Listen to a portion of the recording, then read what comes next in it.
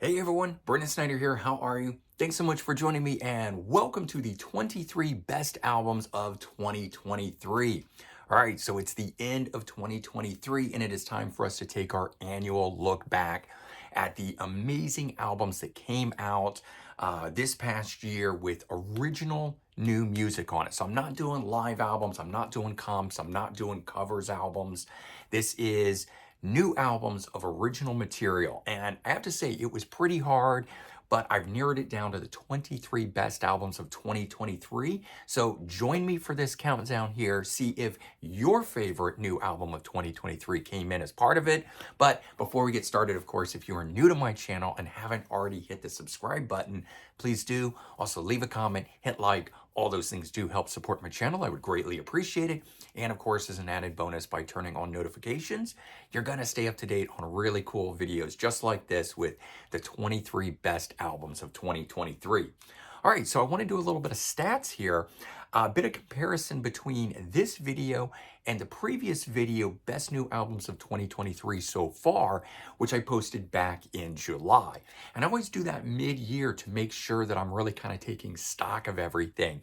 And then when it comes time for this, I go back, I revisit that, and of course I shuffle things around accordingly because we have 6 more months worth of new albums that have dropped. Now, July's video, I only did 20 spots on. So with 23 here, we are adding 3 albums more to it. But 8 albums dropped off my list that I had in July that are no longer there, which means we now have 11 new albums joining this list here.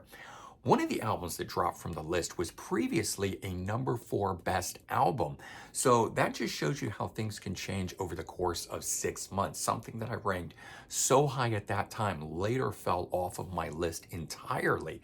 And the number 1 album from 6 months ago is no longer number 1. We have a newly crowned 2023 best album for this, and almost creating an entirely new running order throughout. So if you think you know what's going to happen here, you probably don't. You might be surprised. Let's find out. All right, so kicking things off here at number 23, the Winery Dogs and their album 3, third studio album. 8 years since their last album, which was Hot Streak in 2015. The band itself featuring Mr. Big and Dream Theater members. We got Billy Sheehan in here on bass from Mr. Big, who's incidentally returned to Mr. Big now. Richie Kotzen on guitar from Poison and Mr. Big, and Mike Portnoy on drums, who he himself has even returned to Dream Theater, and that being a recent development there. In my opinion, everyone is at the top of their game here. And if this is going to be their last album together, because now we have 2 of these guys returning to their respective main bands, I have to say this would be a great album for them to go out on. Unfortunately, we waited so long to get this one here, and now nothing is really going to come of it, but it is a really good album and definitely worth you checking out, me having in this countdown. All right. Coming in at number 22, Ronnie Romero, Too Many Lies, Too Many Masters, third solo album, first of original material, not covers. So it's actually his second album of 2023, the other one being Raised on Heavy Radio. This one here was his second album of covers, which of course does not make it eligible here. But I'm not a big fan of covers albums anyways. I'm always much more interested in new original material that these artists write. That's why I'm fans of these people. I want to hear what they create. So back to this album, Too Many Lies, Too Many Masters. Ronnie, having risen to fame with Rainbow, became a really in-demand singer, and he basically joined too many bands out of the gate, in my opinion. Rainbow from 2016, but then he went on to the Ferrymen in 2017, Corleone in 2018, Vandenberg in 2020, which was a phenomenal album, Sunstorm in 2021, Michael Schenker Group becoming sort of an official member, at least going out on the road with them in 2022, Elegant Weapons in 2023, and unfortunately that album did not speak to me, so it is not part of this countdown. As well as just a lot of other bands in and around all of that. So to say that, you could get burnt out on him, I certainly was at that point. That's kind of an understatement. Some of that stuff just really wasn't impressing me, but this new album here really did. It spoke to me. I think this is where it's at. Ronnie Romero should stick with this. It just sounds like he is at home doing his own music, not really trying to be someone else, singing someone else's style. And to me, that is how good this album is. All right, coming in at number 21, Angel, Once Upon a Time, 8th studio album from them, and follow-up to their 2019 album, Risen. The band, or lineup, I should say, really continues to amaze me. The music on here doesn't really have any connection or sound, in my opinion, to the 1970s era of Angel, but I'm okay with that because I'm really loving what this band is doing. The songs have so much melody in them, and actually make them stick with me a lot longer. They're much more memorable than other stuff from them. But then I didn't grow up with the stuff in the 70s, so I will preference it as that too. But I'm really loving what they're doing here, no matter what they choose to call it. If they want to stay under the name Angel, I'm okay with it. But lots and lots of great stuff on this album here. Coming in at number 20, Sweet and Lynch, Heart and Sacrifice, 3rd studio album from these guys. Of course, we're talking about Michael Sweet on vocals, coming from Stryper, and George Lynch on guitar, coming from Dokken and Lynch Mob. And this album here really blows away the first two that they did. This one here has much more of the George Lynch guitar sound on it and less of the Stryper sound. And maybe for me at least, that is a great thing because I'm a much bigger George Lynch fan than I am a Stryper fan. So I wasn't looking to get Stryper sounding material on these. The first two albums were described as being What If Michael Sweet fronted Dokken. And for me, it never really sounded that way. It kind of sounded in reverse. It was sort of like, what if George Lynch joined Stryper? And so this is the first album here that these two guys have done where it really sounds like a Dokken album that Michael Sweet is fronting. And for my money, that's where it's at. Coming in at number 19, Overkill, Scorched. 20th studio album, 4 years since their previous album, The Wings of War, 2019. This one here, as the title predicts at least, is a scorcher. Really good, a thrashing masterpiece in my opinion. Lead vocalist Bobby Blitz Ellsworth is just amazing. He's lost nothing. I can't believe that he still sounds this good at 64 years old. Band just doesn't get enough love, in my opinion. If there was going to be a big 5 instead of just a big 4, I always say Overkill should be that 5th band on it. That is just how good they are. In my opinion, that is just how good this album here is. Okay, coming in at number 18, Candlebox, The Long Goodbye, their 8th and unfortunately final studio album. The band is on their farewell tour, and frontman Kevin Martin says that following that, he is retiring from music. So not just that the band is breaking up, Kevin Martin, who's running Candlebox at this point, is actually retiring from music. He's got other interests that he wants to pursue. So while it's sad to know that the band is ending, this album is definitely one of their best, in my opinion, and it just makes it all that much better. It's also nice that, unlike some other bands that are out there retiring who haven't made albums in years, Kiss, we got Candlebox doing it right, giving us one last album here. And, you know, it's a thank you, it's a celebration of their 30 years.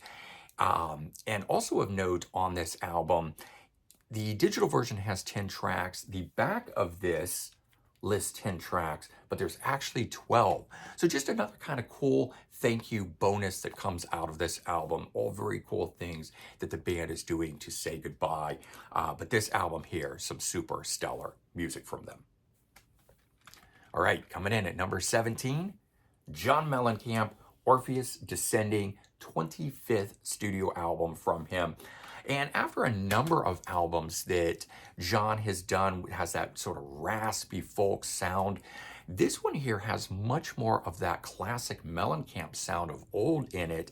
And I think most notably, it is the return of violinist Lisa Germano.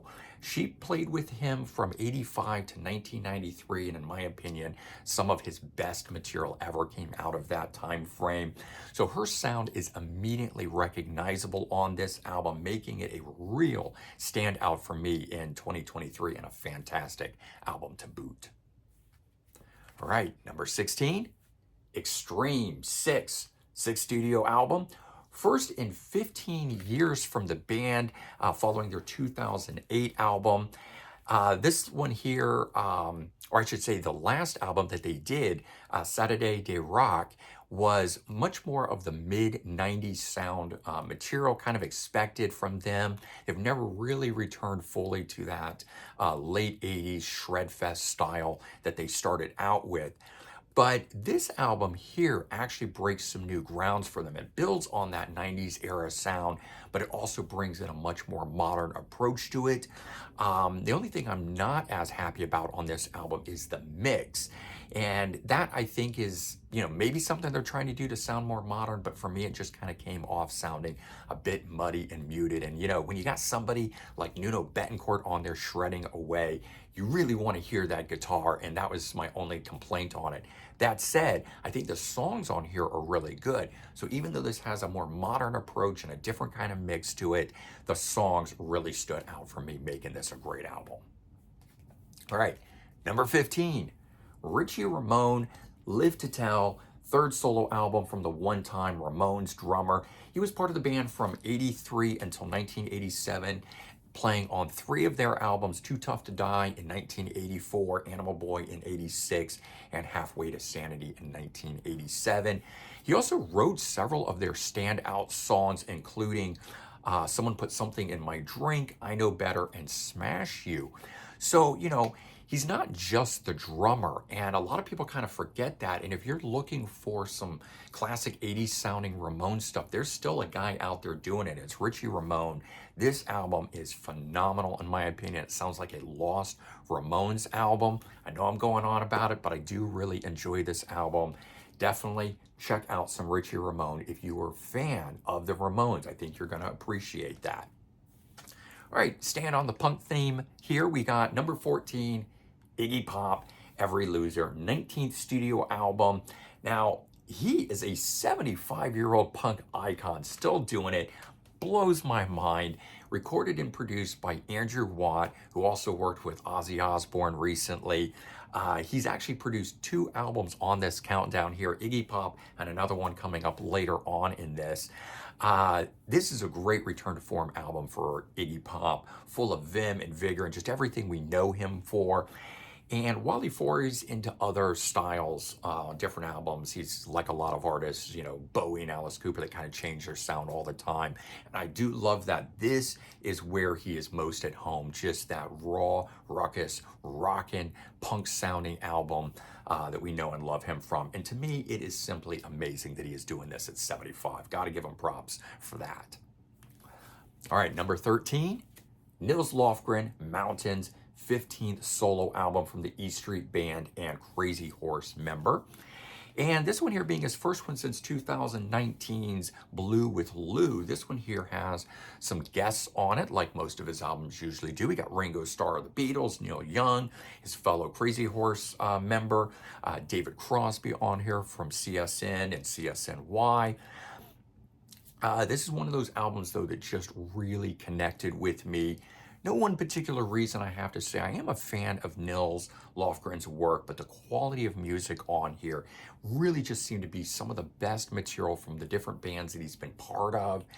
Not that they sound like that, it's just when I listen to this, it's some really strong, stand out, catchy material that made me sit back and take notice.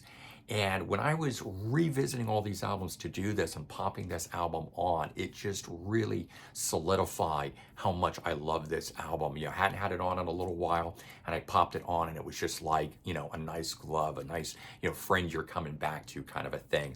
But this album here really stuck with me this whole time, all the way through.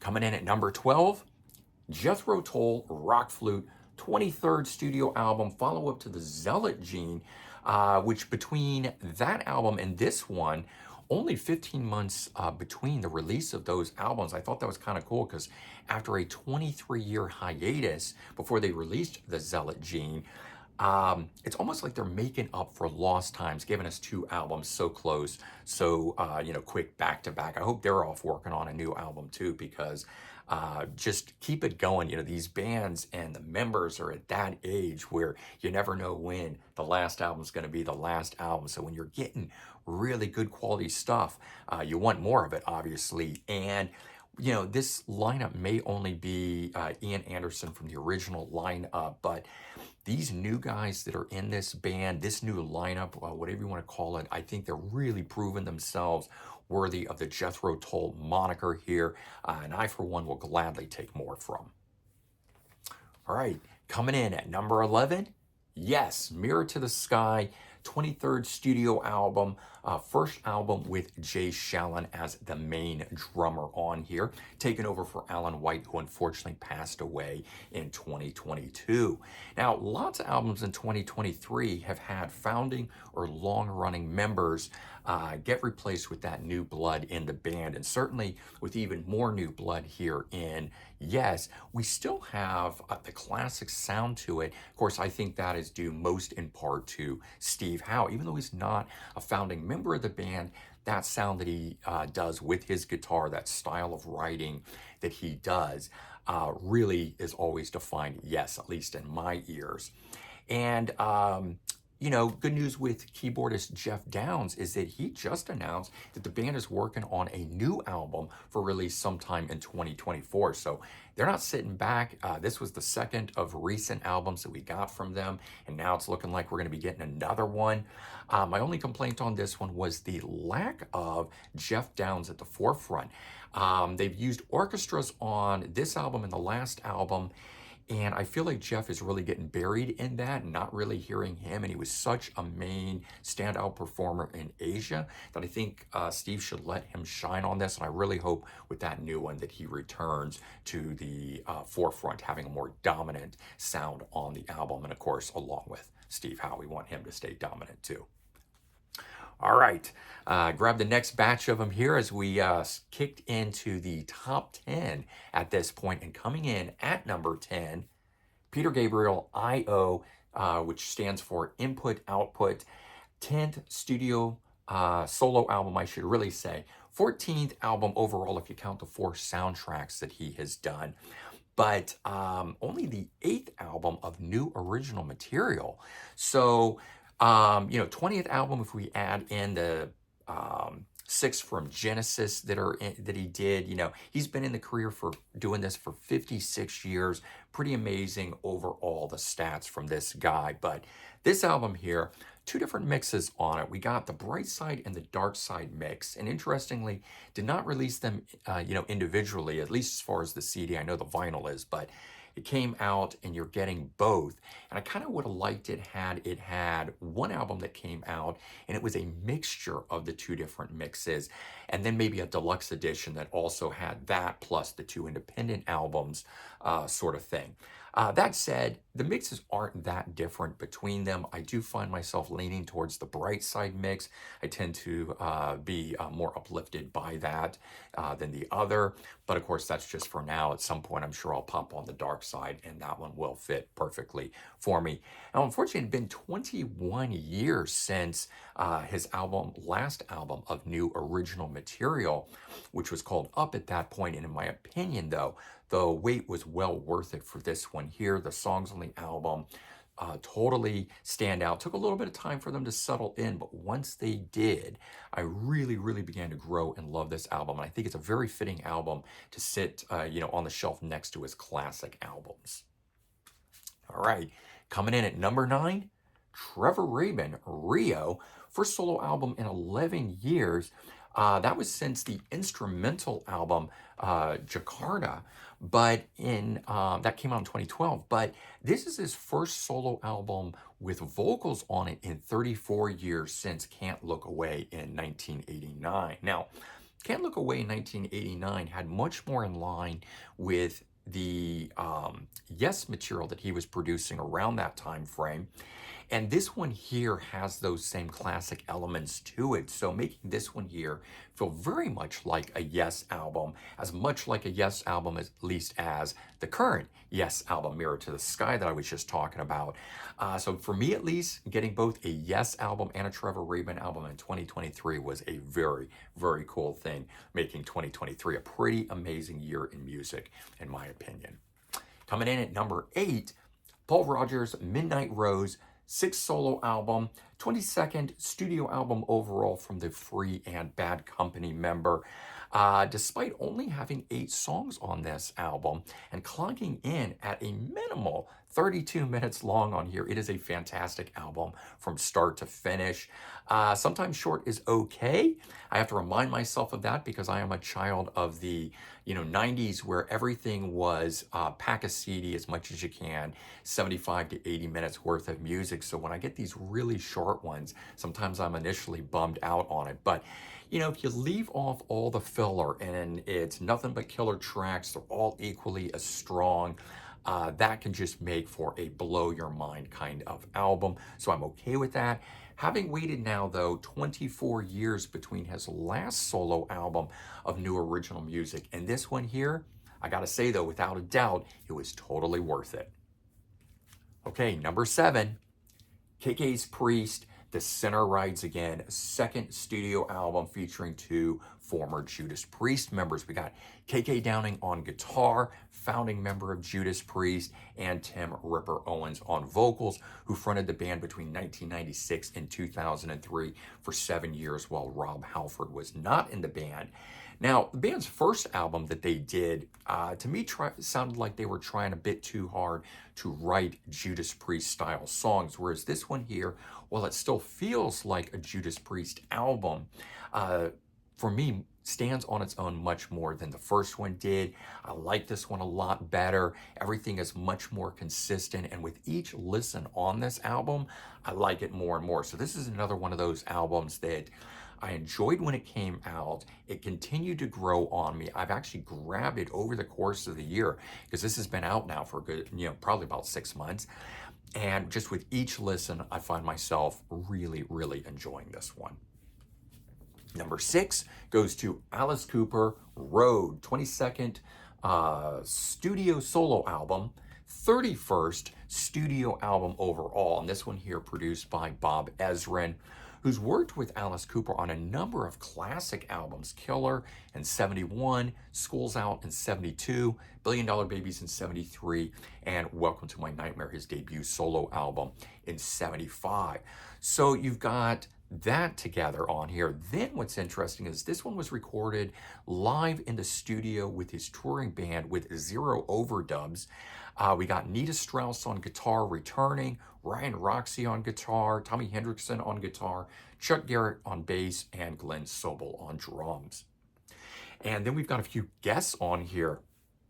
Ken Roberts, his 80s era guitar player, returns to play on a track, and Tom Morello of Rage Against the Machine and Audioslave is also on here, just making for a very cool rockin' album as only Alice Cooper can do. Coming in at number 5, Metallica, 72 seasons, 11 studio album. First new material from them since 2016's Hardwired to Self-Destruct. 12 tracks on here, over 77 minutes of music, but this time they fit it all on one album. And Metallica is one of those bands from the 90s that would do that. So whereas I've got an album here of 77 minutes of music versus the 32 minutes of the Paul Rodgers, that's what I'm talking about.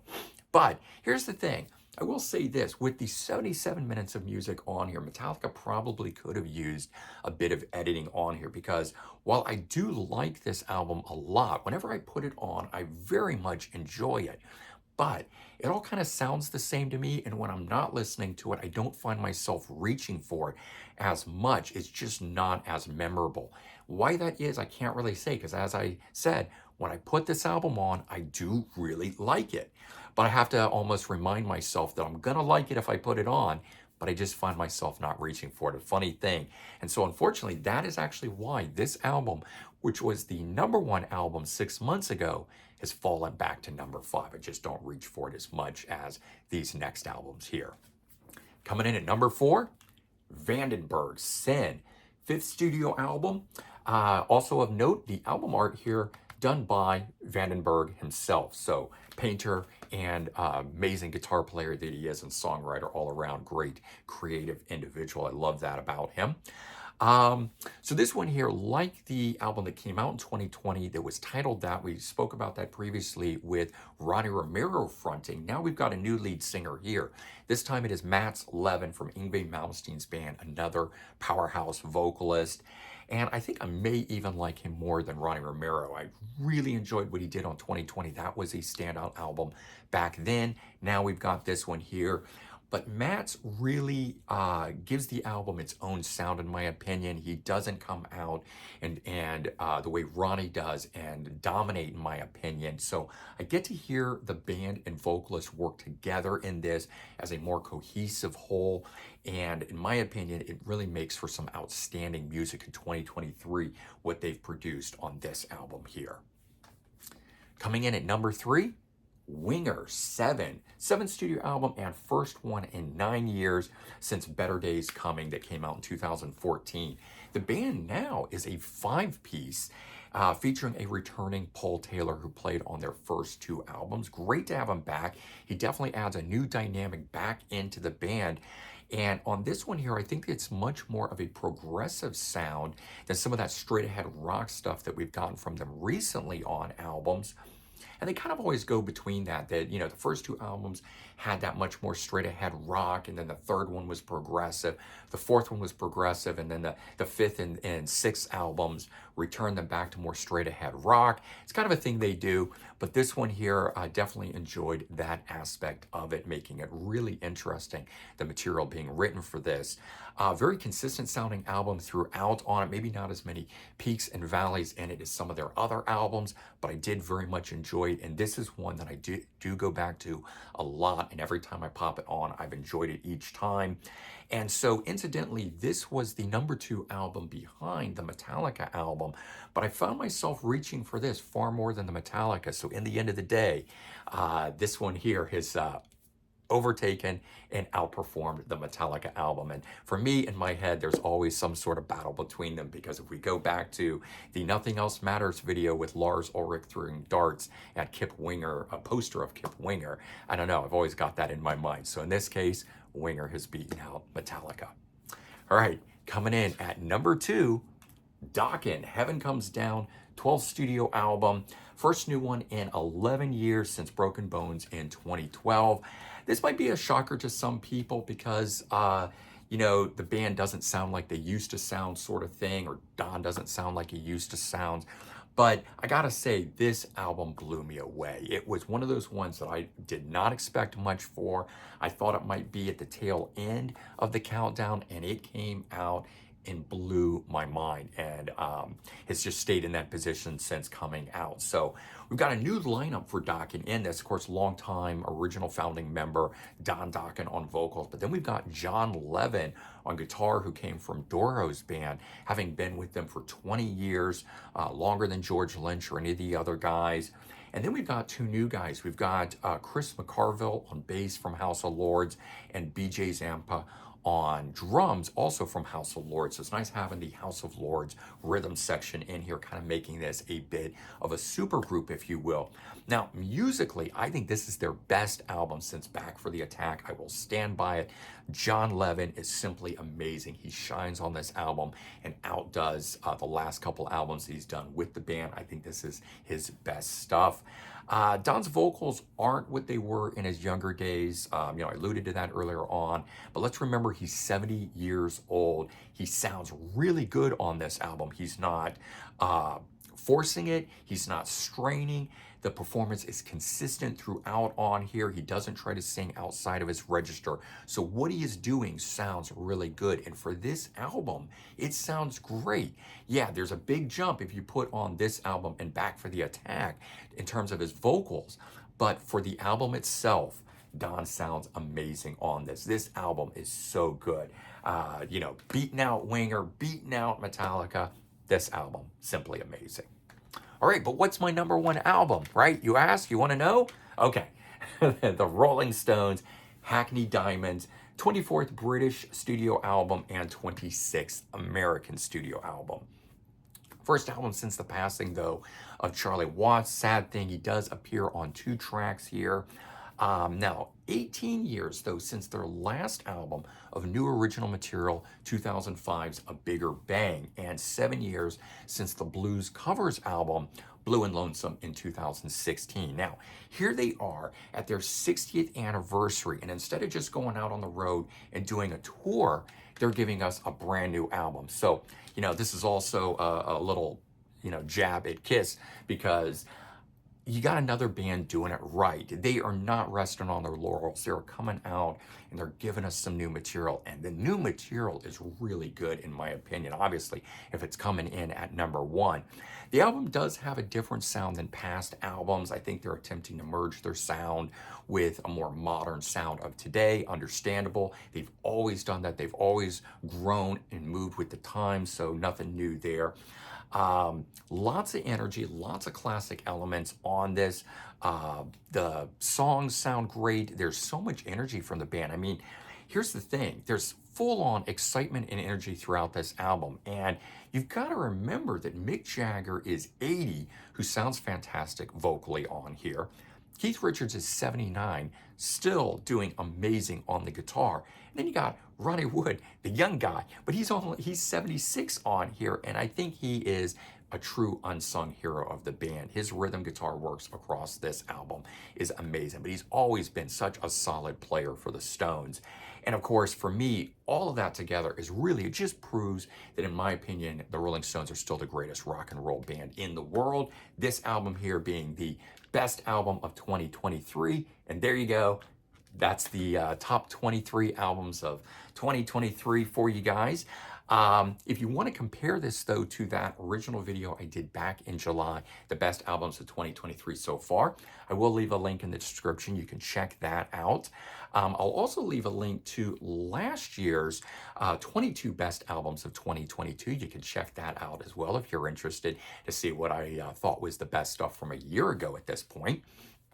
Now, just as a quick reference before we get out of here, the 8 albums that dropped off of this: Metal Church, Tigers of Pantang, Last in Line, Robin McCauley, which is a really hard one because that's a great album, Ray Alder, Heaven's Edge, Bryan Adams, and Smashing Pumpkins was the #4, which I really loved at that time. It's not that it's not a great album. I still love it, but it just didn't hold up to the rest of these in the end of the day, so it fell off, unfortunately. But again, there you go, 23 best albums of 2023 for you.